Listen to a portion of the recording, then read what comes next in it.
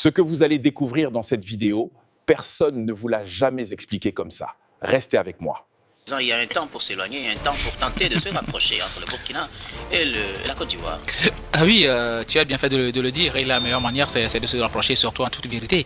Et moi je suis heureux de voir que les deux pays aujourd'hui, les deux pays frères d'ailleurs, aujourd'hui s'accordent à faire la paix, parce qu'il y a eu tellement de choses entre le Burkina et la Côte d'Ivoire depuis l'arrivée surtout au pouvoir du président Ibrahim Traoré. C'est des accusations par-ci, des accusations par-là, des déstabilisations, des accusations de déstabilisation par-ci, par-là, des prisonniers de gauche à droite et tout ça. Et heureusement aujourd'hui, les deux pays ont compris qu'ils ne peuvent rien faire sans l'unité. Il va falloir s'unir et affronter quand même ce mal, premièrement, qu'est le terrorisme. Parce qu'au prime abord, nous savons très bien qu'aujourd'hui, tout le monde subit le terrorisme, tous les pays subissent le terrorisme, et il va falloir s'accorder côté sécuritaire, juste par les échanges des informations. C'est quand même très important. Mais si vous êtes de part et d'autre, chacun fait ses trucs à son niveau, et bon, c'est un terreau fertile quand même pour les terroristes, parce que là où il y a la mésentente, c'est là où le terrorisme et l'extrémisme violent prospèrent le plus. Donc c'est déjà une très bonne nouvelle aujourd'hui que les deux pays s'accordent quand même en s'attendant sur un certain nombre de choses. Mais ça ne veut pas dire qu'il n'y aura pas de préalable. Il y a forcément des préalables, surtout du côté du Burkina Faso. Il faut rassurer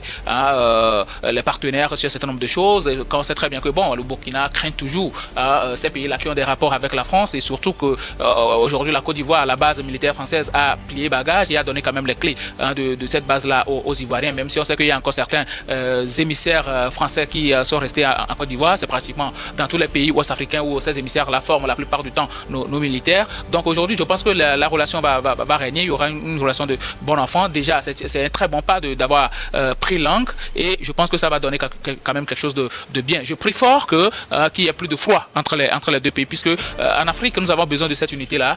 Nous sommes pratiquement les mêmes peuples, et quand il y a cette friction entre les pays, ce sont les peuples qui souffrent beaucoup plus, ce sont les activités économiques qui sont de plus en plus bloquées, c'est la circulation des personnes et des biens qui est beaucoup plus difficile. Donc je pense aujourd'hui qu'il va falloir aller vers la paix, mais une paix certaine et durable, une paix franche. Véritablement, il va pas falloir que quelqu'un par l'entremise de cette paix-là joue des coups bas à l'autre. Il va falloir véritablement être sincère dans cet accord qui va être signé, bon, peut-être dans très peu de temps, on l'espère bien, et vivement que la paix revienne entre ces deux pays qui sont frères. Quand on voit déjà la diaspora burkinabé en Côte d'Ivoire, et quand on voit la diaspora ivoirienne au Burkina, c'est quand même pléthorique. Donc aujourd'hui, ces deux pays-là n'ont pas raison de s'affronter, que ce soit diplomatiquement ou sur un autre plan. Donc la paix, rien que la paix entre les deux pays. Merci beaucoup à vous.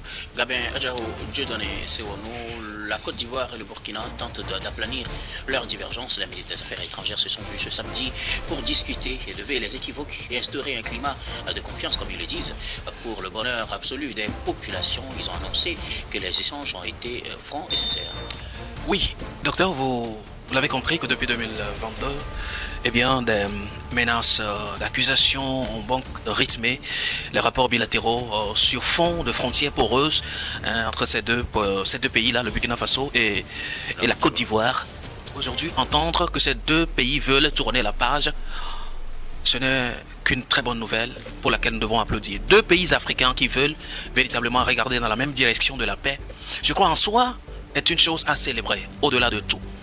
Vous voyez, quand on parle de la population ivoirienne, la population burkinabé aujourd'hui, c'est les mêmes peuples. Ou alors, quand on parle de la population africaine, ce sont que des mêmes peuples qui ont été délimités par les colons à leur fin. Aujourd'hui, si l'Afrique peut comprendre qu'il n'y a pas de frontières en réalité dans nos territoires, il faut que cela commence par aller vers le changement des mentalités et l'effacement des frontières dans nos têtes pour dire nous sommes qu'un seul peuple, ce sont les autres qui ont mis des frontières parmi nous, et il n'y a pas lieu que les frontières là nous éloignent. Au contraire, que les frontières nous permettent plutôt de scinder les actions à mener pour le bon vivre de nos populations. Donc, dans ce contexte, ce n'est pas les frontières, c'est les actions, les orientations stratégiques et puis les soupçons et les méfiances qui ont éloigné ces deux pays. Oui, et je parle de frontières en termes de différences supposées. Lorsqu'on pourra comprendre que je suis africain, l'autre est africain, nous sommes tous d'un même peuple, ou alors d'un même peuple, d'une même population, on ne parlera, on n'ira même pas à soupçonner, ou alors on ne pensera même pas à organiser des actes plutôt attentatoires à l'égard de l'autre. Téléguidé par une main, de quelle couleur on ne sait, ou alors on ne saura le dire. Aujourd'hui, c'est vrai, le Burkina Faso a promis entre-temps sorti des preuves visant bien évidemment la Côte d'Ivoire, comme quoi héberge éléments dérangeurs du territoire burkinabé. Alors, si ces allégations ont été clarifiées, le ministre l'a dit, c'est pour faire asseoir un certain nombre de choses, se comprendre et aplanir les divergences. Cela fait partie également de l'aplanissement de ces divergences-là. Qu'est-ce que vous nous reprochez? Voilà ce que nous sommes en train de faire. Et de façon sincère, ça je l'ai souligné dans leur sortie, ils disent, nous avons une rencontre de façon sincère. Alors la sincérité là, c'est ce qui est la denrée importante aujourd'hui dans les relations africaines, dans les relations que nous sommes en train de mener sur le continent. Et non pas tenir compte d'une main étrangère qui puisse téléguider des politiques et aller jusqu'à déranger des vies sur le même territoire africain. Donc à soi, je trouve que c'est une chose très importante de voir que ces deux pays veulent tourner la page, la tourner effectivement dans une sorte de sincérité, afin que les deux peuples encore puissent s'imbriquer et vivre la vie en symbiose. Merci beaucoup. Dieu te laisse. Gabin, vous voulez ajouter quelque chose?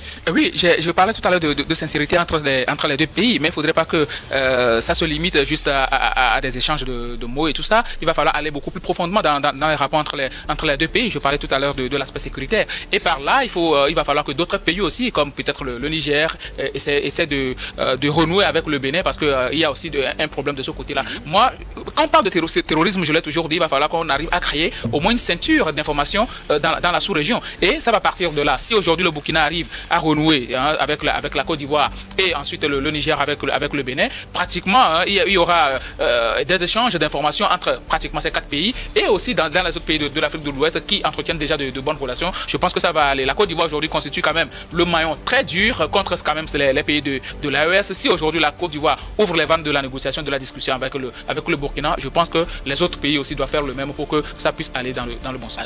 Oui, juste une minute. Bon, je disais que, vous savez, cette situation n'avantageait aucun de ces pays-là. Lorsque cette situation d'insécurité qui est surtout avancée chaque fois que ces deux pays-là, en tout cas, se jettent des pics normalement, je pense qu'il faudrait quand même qu'on puisse travailler le mental pour éviter à ce que, lorsque il y a des gens qui causent dans des bévues, de par cette frontière, vont de l'autre côté et se cacher, donc parlant donc de ces échanges d'informations, qu'on arrive véritablement donc à les débusquer et pour enrayer complètement cette question de terrorisme, sans quoi ça continuera toujours pas à persister, parce qu'il y aura des passerelles qui permettront quand même aux gens de pouvoir s'infiltrer de part et d'autre. C'est ça l'enjeu de la confiance et de la sincérité. Et moi je dis c'est un grand pas, histoire aussi aujourd'hui de faire changer le débat qui est en cours au sein des peuples. Lorsque vous écoutez des débats sur des panels aujourd'hui des Ivoiriens, que ce soit des Ivoiriens, à l'égard de l'AES, des fois ça donne froid aux yeux et il y a lieu quand même qu'on désamorce cet incident-là. Je pense que les deux pays, ou alors les dirigeants de ces pays, ont affaire à mieux d'ailleurs